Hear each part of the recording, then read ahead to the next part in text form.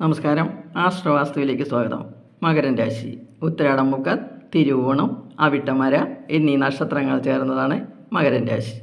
2026 June മാസത്തിൽ മകരം രാശിയുടെ രാശിയാധിപനായ ശനി മകരത്തിൻ്റെ 3-ാം ഭാവത്തിലും 6-ാം ഭാവാധിപനായ ബുധൻ 6, 7 എന്നീ ഭാവങ്ങളിലും അഷ്ടമാധിപനായ സൂര്യൻ 5, 6 എന്നീ ഭാവങ്ങളിലുമാണ് സഞ്ചരിക്കുന്നത്.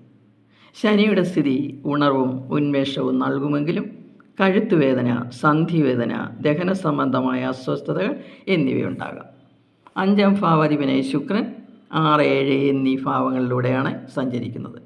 മാസത്തിൻ്റെ ആദ്യ പകുതിയിൽ ശത്രുശല്യം ഉണ്ടാകുമെങ്കിലും 2-ാം പകുതിയിൽ ശുക്രനും ബുധനും വ്യാഴവും ഒന്നിക്കുകയും ജന്മരാശിയിലേക്ക് ദൃഷ്ടി ചെയ്യുകയും ചെയ്യുന്നു.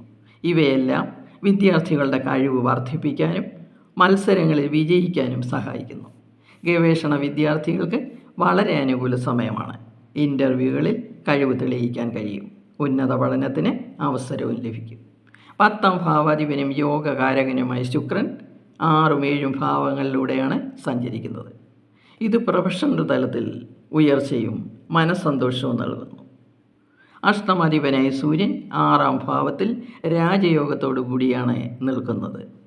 തൊഴിൽ അഭിവൃദ്ധിയാണിത് കാണിക്കുന്നത്. ഗവൺമെൻറ്റിൽ തൊഴിലിനു വേണ്ടി ടെസ്റ്റ് എഴുതിയിരിക്കുന്നവർക്ക് നേട്ടങ്ങൾ ലഭിക്കും.